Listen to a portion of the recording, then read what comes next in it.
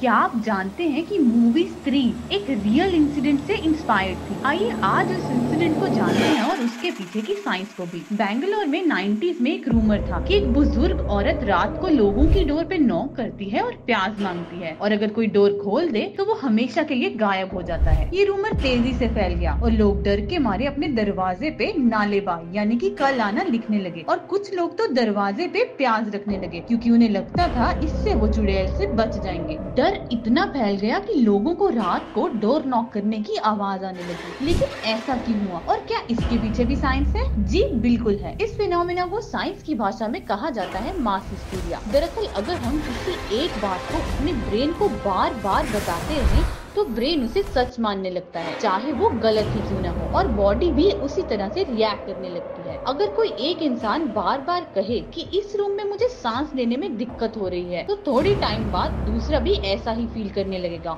और अगर 2-3 लोग और भी ऐसा कहेंगे तो धीरे धीरे सब लोग घबरा जाएंगे और सबको ही ऐसा लगने लगेगा। वैसे ही जैसे जब हम किसी को हंसे हुए देखते हैं तो हमें भी हंसी आने लगती है, चाहे उस हंसने का रीजन भी पता न हो। इसे नोसेबो इफेक्ट कहा जाता है। लेकिन ये पहला ऐसा इंसिडेंट नहीं था। 2001 में दिल्ली में भी मंकी मैन या काले बंदर का रूमर ऐसे ही स्प्रेड हुआ था, जो आधा इंसान आधा बंदर था। अमेरिका में भी 1899 में किसिंग बग रूमर भी ऐसा ही था। क्या बचपन में आपने भी कभी ऐसे किसी रूमर के बारे में सुना था? अगर सुना था तो कमेंट करके जरूर बताएं।